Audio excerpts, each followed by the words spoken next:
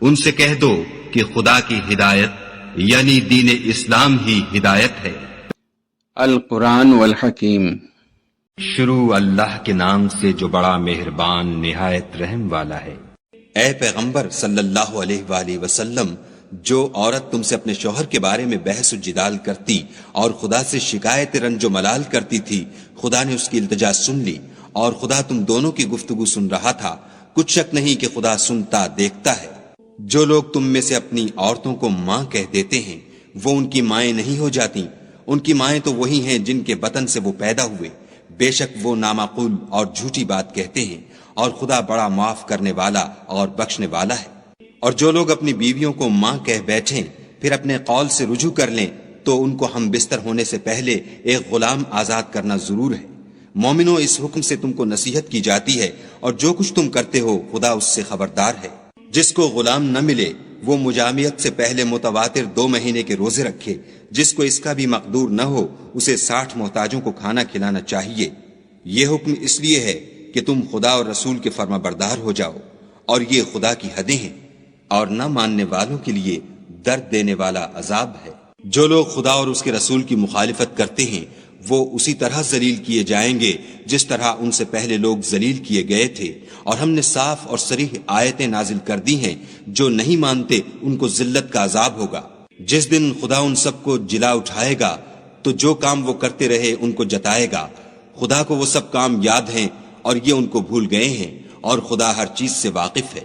کیا تم کو معلوم نہیں کہ جو کچھ آسمانوں میں ہے اور جو کچھ زمین میں ہے خدا کو سب معلوم ہے؟ کسی جگہ 3 شخصوں کا مجمع اور کانوں میں صلاح و مشورہ نہیں ہوتا مگر وہ ان میں چوتھا ہوتا ہے، اور نہ کہیں 5 کا مگر وہ ان میں چھٹا ہوتا ہے، اور نہ اس سے کم یا زیادہ مگر وہ ان کے ساتھ ہوتا ہے، خواہ وہ کہیں ہوں۔ پھر جو کام یہ کرتے رہے ہیں قیامت کے دن وہ ایک ایک ان کو بتائے گا۔ بے شک خدا ہر چیز سے واقف ہے۔ کیا تم نے ان لوگوں کو نہیں دیکھا جن کو سرگوشیاں کرنے سے منع کیا گیا تھا، پھر جس کام سے منع کیا گیا تھا وہی پھر کرنے لگے؟ اور یہ تو گناہ اور ظلم اور رسول خدا کی نافرمانی کی سرگوشیاں کرتے ہیں۔ اور جب تمہارے پاس آتے ہیں تو جس کلمے سے خدا نے تم کو دعا نہیں دی اس سے تمہیں دعا دیتے ہیں، اور اپنے دل میں کہتے ہیں کہ اگر یہ واقعی پیغمبر ہیں تو جو کچھ ہم کہتے ہیں خدا ہمیں اس کی سزا کیوں نہیں دیتا؟ اے پیغمبر صلی اللہ علیہ وآلہ وسلم، ان کو دوزخ ہی کی سزا کافی ہے، یہ اسی میں داخل ہوں گے اور وہ بری جگہ ہے۔ مومنو، جب تم آپس میں سرگوشیاں کرنے لگو تو گناہ اور زیادتی اور پیغمبر کی نافرمانی کی باتیں نہ کرنا، بلکہ نیکوکاری اور پرہیزگاری کی باتیں کرنا، اور خدا سے جس کے سامنے جمع کیے جاؤ گے ڈرتے رہنا۔ کافروں کی سرگوشیاں تو شیطان کی حرکات سے ہیں، جو اس لیے کی جاتی ہیں کہ مومن ان سے غمناک ہوں، مگر خدا کے حکم کے سوا ان سے انہیں کچھ نقصان نہیں پہنچ سکتا۔ تو مومنوں کو چاہیے کہ خدا ہی پر بھروسہ رکھیں۔ مومنوں، جب تم سے کہا جائے کہ مجلس میں کھل کر بیٹھو تو کھل بیٹھا کرو، خدا تم کو کشادگی بخشے گا۔ اور جب کہا جائے کہ اٹھ کھڑے ہو تو اٹھ کھڑے ہوا کرو۔ جو لوگ تم میں سے ایمان لائے ہیں اور جن کو علم عطا کیا گیا ہے خدا ان کے درجے بلند کرے گا، اور خدا تمہارے سب کاموں سے واقف ہے۔ مومنو، جب تم پیغمبر کے کان میں کوئی بات کہو تو بات کہنے سے پہلے مساکین کو کچھ خیرات دے دیا کرو، یہ تمہارے لیے بہت بہتر اور پاکیزگی کی بات ہے۔ اور اگر خیرات تم کو میسر نہ آئے تو خدا بخشنے والا مہربان ہے۔ کیا تم اس سے کہ پیغمبر کے کان میں کوئی بات کہنے سے پہلے خیرات دیا کرو ڈر گئے؟ پھر جب تم نے ایسا نہ کیا اور خدا نے تمہیں معاف کر دیا تو نماز پڑھتے اور زکوٰۃ دیتے رہو، اور خدا اور اس کے رسول کی فرما برداری کرتے رہو، اور جو کچھ تم کرتے ہو خدا اس سے خبردار ہے۔ بھلا تم نے ان لوگوں کو نہیں دیکھا جو ایسوں سے دوستی کرتے ہیں جن پر خدا کا غضب ہوا؟ وہ نہ تم میں ہیں نہ ان میں، اور جان بوجھ کر جھوٹی باتوں پر قسمیں کھاتے ہیں۔ خدا نے ان کے لیے سخت عذاب تیار کر رکھا ہے، یہ جو کچھ کرتے ہیں یقیناً برا ہے۔ انہوں نے اپنی قسموں کو ڈھال بنا لیا اور لوگوں کو خدا کے رستے سے روک دیا ہے، سو ان کے لیے ذلت کا عذاب ہے۔ خدا کے عذاب کے سامنے نہ تو ان کا مال ہی کچھ کام آئے گا اور نہ اولاد ہی کچھ فائدہ دے گی۔ یہ لوگ اہل دوزخ ہیں، اس میں ہمیشہ جلتے رہیں گے۔ جس دن خدا ان سب کو جلا اٹھائے گا تو جس طرح تمہارے سامنے قسمیں کھاتے ہیں اسی طرح خدا کے سامنے قسمیں کھائیں گے، اور خیال کریں گے کہ ایسا کرنے سے کام لے نکلے ہیں۔ دیکھو یہ جھوٹے اور برسر غلط ہیں۔ شیطان نے ان کو قابو میں کر لیا ہے اور خدا کی یاد ان کو بھلا دی ہے۔ یہ جماعت شیطان کا لشکر ہے، اور سن رکھو کہ شیطان کا لشکر نقصان اٹھانے والا ہے۔ جو لوگ خدا اور اس کے رسول کی مخالفت کرتے ہیں وہ نہایت ذلیل ہوں گے۔ خدا کا حکم ناطق ہے کہ میں اور میرے پیغمبر ضرور غالب رہیں گے، بے شک خدا زوراور اور زبردست ہے۔ جو لوگ خدا پر اور روز قیامت پر ایمان رکھتے ہیں تم ان کو خدا اور اس کے رسول کے دشمنوں سے دوستی کرتے ہوئے نہ دیکھو گے، خواہ وہ ان کے باپ یا بیٹے یا بھائی یا خاندان ہی کے لوگ ہوں۔ یہ وہ لوگ ہیں جن کے دلوں میں خدا نے ایمان پتھر پر لکیر کی طرح تحریر کر دیا ہے اور فیض غیبی سے ان کی مدد کی ہے، اور وہ ان کو بہشتوں میں جن کے تلے نہریں بہ رہی ہیں داخل کرے گا، ہمیشہ ان میں رہیں گے۔ خدا ان سے خوش اور وہ خدا سے خوش۔ یہی گروہ خدا کا لشکر ہے، اور سن رکھو کہ خدا ہی کا لشکر مراد حاصل کرنے والا ہے۔ شروع اللہ کے نام سے جو بڑا مہربان نہایت رحم والا ہے۔ جو چیزیں آسمانوں میں ہیں اور جو چیزیں زمین میں ہیں سب خدا کی تسبیح کرتی ہیں، اور وہ غالب حکمت والا ہے۔ وہی تو ہے جس نے کفار اہل کتاب کو حشر اول کے وقت ان کے گھروں سے نکال دیا، تمہارے خیال میں بھی نہ تھا کہ وہ نکل جائیں گے، اور وہ لوگ یہ سمجھے ہوئے تھے کہ ان کے قلعے ان کو خدا کے عذاب سے بچا لیں گے، مگر خدا نے ان کو وہاں سے آ لیا جہاں سے ان کو گمان بھی نہ تھا، اور ان کے دلوں میں دہشت ڈال دی کہ اپنے گھروں کو خود اپنے ہاتھوں اور مومنوں کے ہاتھوں سے اجاڑنے لگے۔ تو اے بصیرت کی آنکھیں رکھنے والو، عبرت پکڑو۔ اور اگر خدا نے ان کے بارے میں جلا وطن کرنا نہ لکھ رکھا ہوتا تو ان کو دنیا میں بھی عذاب دے دیتا، اور آخرت میں تو ان کے لیے آگ کا عذاب تیار ہے۔ یہ اس لیے کہ انہوں نے خدا اور اس کے رسول کی مخالفت کی، اور جو شخص خدا کی مخالفت کرے تو خدا سخت عذاب دینے والا ہے۔ مومنوں، کھجور کے جو درخت تم نے کاٹ ڈالے یا ان کو اپنی جڑوں پر کھڑا رہنے دیا سو خدا کے حکم سے تھا، اور مقصود یہ تھا کہ وہ نافرمانوں کو رسوا کرے۔ اور جو مال خدا نے اپنے پیغمبر کو ان لوگوں سے لڑائی بھڑائی کے بغیر دلوایا ہے اس میں تمہارا کچھ حق نہیں، کیونکہ اس کے لیے نہ تم نے گھوڑے دوڑائے نہ اونٹ، لیکن خدا اپنے پیغمبروں کو جن پر چاہتا ہے مسلط کر دیتا ہے، اور خدا ہر چیز پر قادر ہے۔ جو مال خدا نے اپنے پیغمبر کو دیہات والوں سے دلوایا ہے وہ خدا کے اور پیغمبر کے اور پیغمبر کے قرابت والوں کے اور یتیموں کے اور حاجت مندوں کے اور مسافروں کے لیے ہے، تاکہ جو لوگ تم میں دولت مند ہیں انہی کے ہاتھوں میں نہ پھرتا رہے۔ سو جو چیز تم کو پیغمبر دیں وہ لے لو، اور جس سے منع کریں اس سے باز رہو، اور خدا سے ڈرتے رہو، بے شک خدا سخت عذاب دینے والا ہے۔ اور ان مفلسان تارک الوطن کے لیے بھی جو اپنے گھروں اور مالوں سے خارج اور جدا کر دیے گئے ہیں، اور خدا کے فضل اور اس کی خوشنودی کے طلبگار اور خدا اور اس کے پیغمبر کے مددگار ہیں، یہی لوگ سچے ایماندار ہیں۔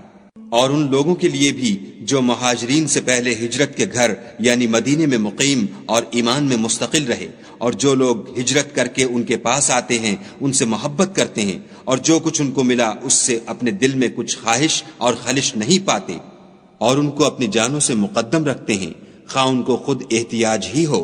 اور جو شخص حرص نفس سے بچا لیا گیا تو ایسے ہی لوگ مراد پانے والے ہیں۔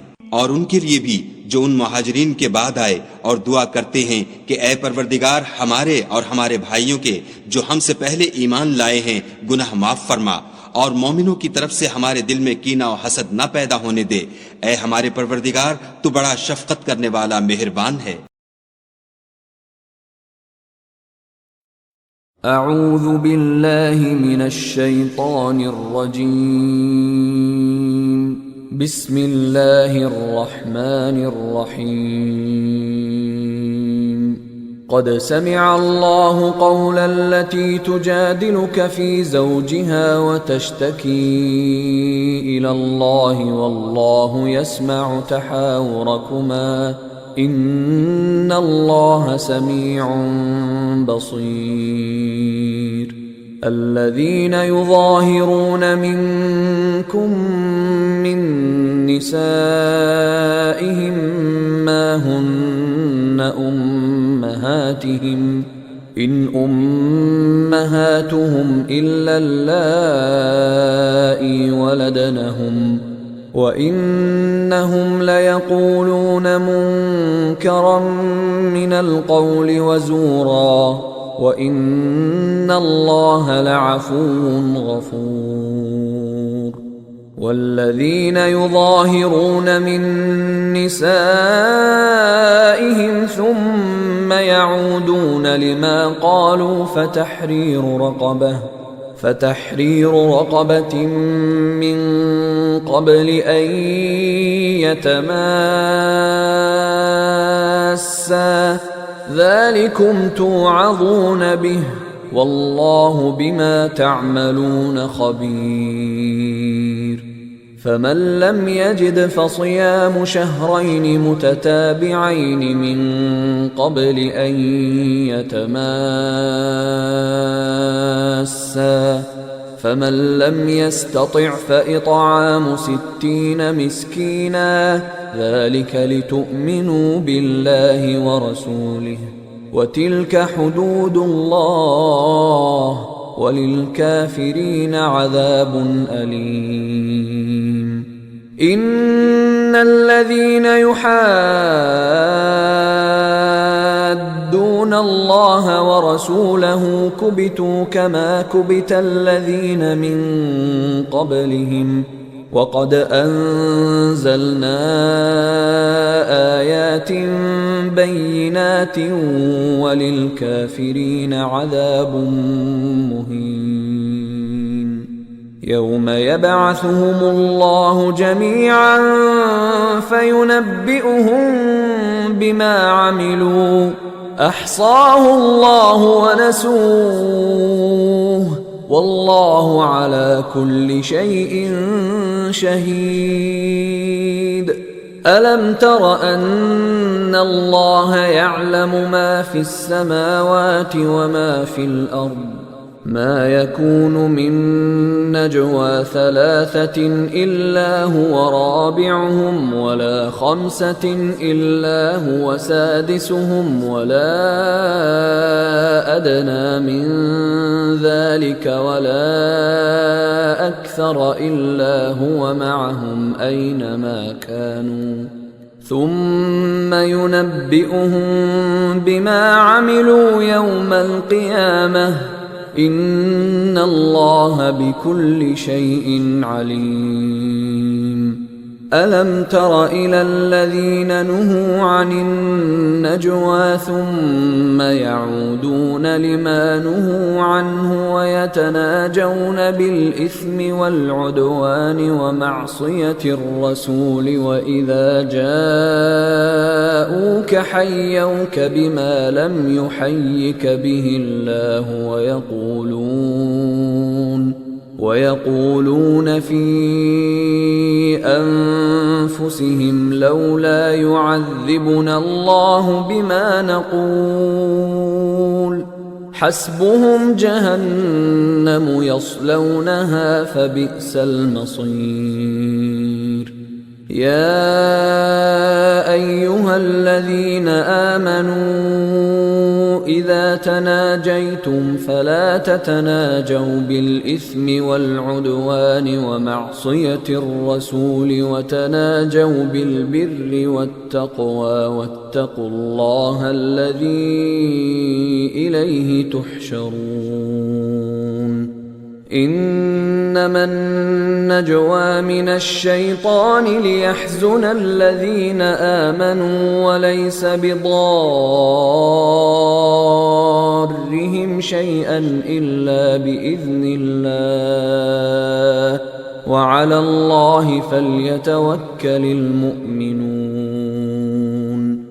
يا أيها الذين آمنوا إذا قيل لكم تفسحوا في المجالس فافسحوا يفسح الله لكم وإذا قيل انشزوا فانشزوا يرفع الله الذين آمنوا منكم والذين أوتوا العلم درجات والله بما تعملون خبير. يا أيها الذين آمنوا إذا ناجيتم الرسول فقدموا بين يدي نجواكم صدقة ذلك خير لكم وأطهر فإن لم تجدوا فإن الله غفور رحيم. أأشفقتم أن تقدموا بين يدي نجواكم صدقات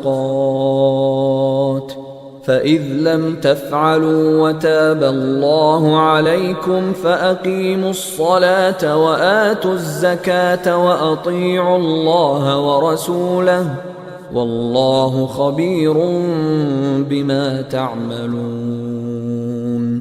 ألم تر إلى الذين تولوا قوما غضب الله عليهم ما هم منكم ولا منهم ويحلفون على الكذب وهم يعلمون أعد الله لهم عذابا شديدا إنهم ساء ما كانوا يعملون. اتخذوا أيمانهم جنة فصدوا عن سبيل الله فلهم عذاب مهين. لن تغني عنهم أموالهم ولا أولادهم من الله شيئا أولئك أصحاب النار هم فيها خالدون. يوم يبعثهم الله جميعا فيحلفون له كما يحلفون لكم ويحسبون أنهم على شيء ألا إنهم هم الكاذبون. استحوذ عليهم الشيطان فأنساهم ذكر الله أولئك حزب الشيطان ألا إن حزب الشيطان هم الخاسرون. إن الذين يحادون الله ورسوله أولئك في الأذلين. كتب الله لأغلبن أنا ورسلي إن الله قوي عزيز. لا تجد قوما يؤمنون بالله واليوم الآخر يوادون من حاد الله ورسوله ولو كانوا آباءهم أو أبناءهم أو إخوانهم أو عشيرتهم أولئك كتب في قلوبهم الإيمان وأيدهم بروح منه ويدخلهم جنات تجري من تحتها الأنهار خالدين فيها رضي الله عنهم ورضوا عنه أولئك حزب الله ألا إن حزب الله هم المفلحون. بسم الله الرحمن الرحيم. سبح لله ما في السماوات وما في الأرض وهو العزيز الحكيم. هو الذي أخرج الذين كفروا من أهل الكتاب من ديارهم لأول الحشر ما ظننتم أن يخرجوا وظنوا أنهم مانعتهم حصونهم من الله فأتاهم الله من حيث لم يحتسبوا وقذف في قلوبهم الرعب يخربون بيوتهم بأيديهم وأيدي المؤمنين فاعتبروا يا أولي الأبصار ولولا أن كتب الله عليهم الجلاء لعذبهم في الدنيا ولهم في الآخرة عذاب النار ذلك بأنهم شاقوا الله ورسوله ومن يشاق الله فإن الله شديد العقاب ما قطعتم من لينة أو تركتموها قائمة على أصولها فبإذن الله وليخزي الفاسقين وما أفاء الله على رسوله منهم فما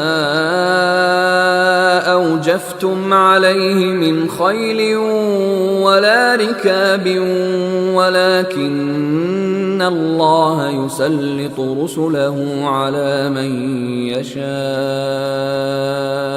والله على كل شيء قدير ما أفاء الله على رسوله من أهل القرى فلله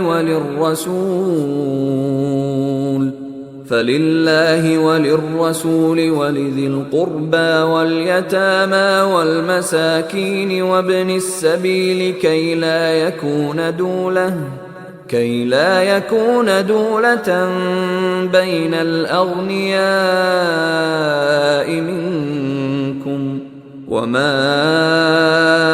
آتاكم الرسول فخذوه وما نهاكم عنه فانتهوا واتقوا الله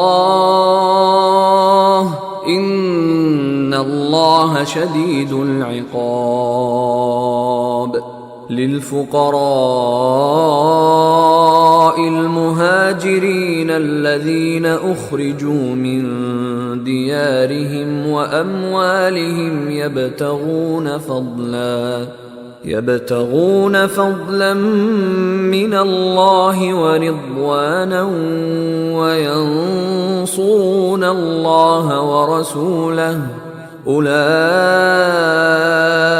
هم الصادقون والذين تبوأوا الدار والإيمان من قبلهم يحبون من هاجر إليهم ولا يجدون في صدورهم حاجة مما أوتوا ويؤثرون على أنفسهم ولو كان بهم خصاصة ومن يوق شح نفسه فأولئك هم المفلحون والذين جاءوا من بعدهم يقولون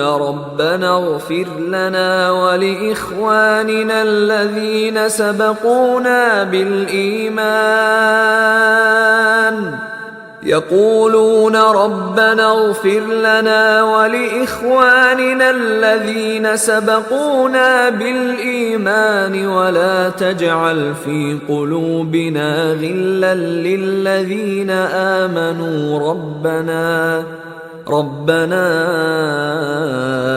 إنك رؤوف رحيم صدق الله العظيم وما خلقت الجن والإنس إلا ليعبدون और मैंने जिन्न और इंसानों को इसलिए पैदा किया है कि मेरी इबादत करें।